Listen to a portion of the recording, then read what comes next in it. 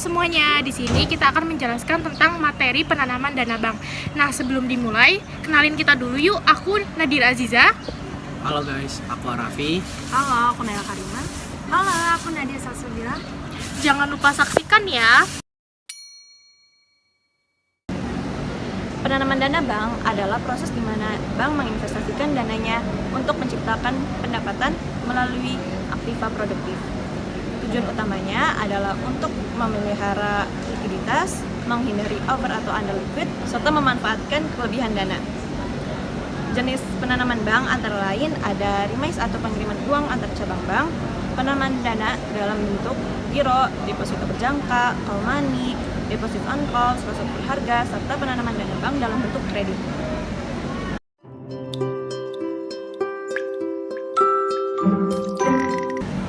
Kas adalah mata uang kertas atau logam dalam valuta asing maupun valuta rupiah yang masih berlaku sebagai alat pembayaran yang dasar.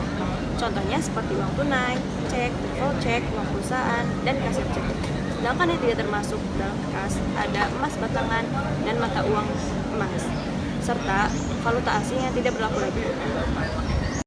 Adapun kas bank adalah sisa rekening giro perusahaan yang bisa dipergunakan secara bebas untuk membiayai berbagai transaksi. Kas bank adalah simpanan uang tunai dalam bank dalam bentuk tabungan dan giro atau bilet giro yang bisa ditarik setiap saat. Contoh transaksinya seperti ini. Dalam Bank Giro BI. Giro BI adalah sarana penyetoran dan penarikan uang tunai yang disediakan oleh Bank Indonesia.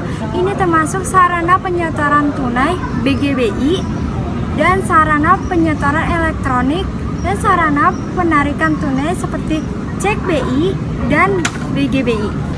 Halo guys, jadi di sini saya akan menjelaskan tentang penanaman dana bank dalam kredit yang diberikan adalah kegiatan di mana bank menyalurkan sebagian dana yang dihimpun oleh nasabah berupa tabungan, giro ataupun deposito kepada pihak lain dengan berupa pinjaman ataupun kredit.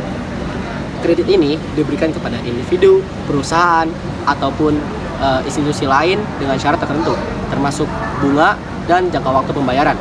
Dalam hal ini, bank menginvestasikan dana yang dimilikinya untuk mendapatkan keuntungan berupa pendapatan bunga yang dipinjamkan tersebut. Melakukan beberapa langkah dan prinsip akuntansi yang spesifik. Berikut adalah detail tentang transaksi penanaman dana dalam bentuk surat berharga. Pengertian surat berharga. Surat berharga adalah instrumen keuangan yang dapat dijual belikan dan memiliki nilai keuangan yang dapat diukur. Jenis-jenis surat berharga yang umum digunakan oleh bank antara lain saham, kewajiban, turunan dari surat berharga.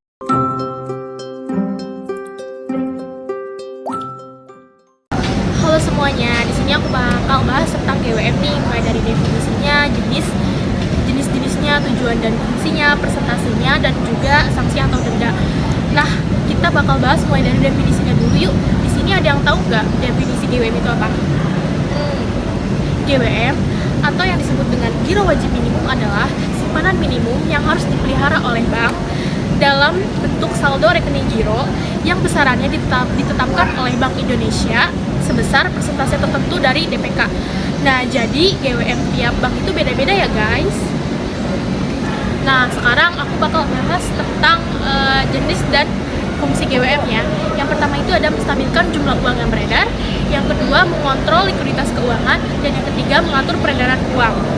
Nah, terus yang ketiga kita bakal bahas persentase untuk bank umum konvensional nih.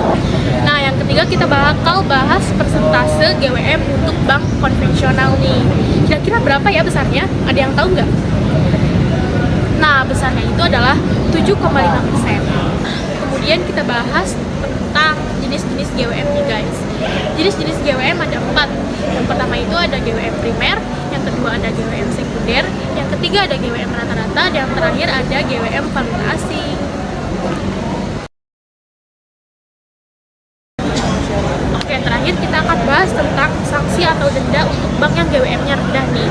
Nah, perlu dicatat bahwa GWM setiap bank itu berbeda-beda ya guys. Ini salah satu contohnya aja. Yang pertama, bank wajib memenuhi GWM dalam rupiah itu sebesar 7,5% dari DPK dalam rupiah. Nah, jika bank tidak memenuhi GWM tersebut, akan mendapatkan sanksi sebesar 125% dari rata-rata suku bunga. Kemudian yang kedua, bank wajib memenuhi GWM dalam valuta asing sebesar 1% dari DPK valuta asing. Jika bank melanggar pemenuhan GWM tersebut, akan mendapatkan sanksi sebesar 0,04% per hari kerja.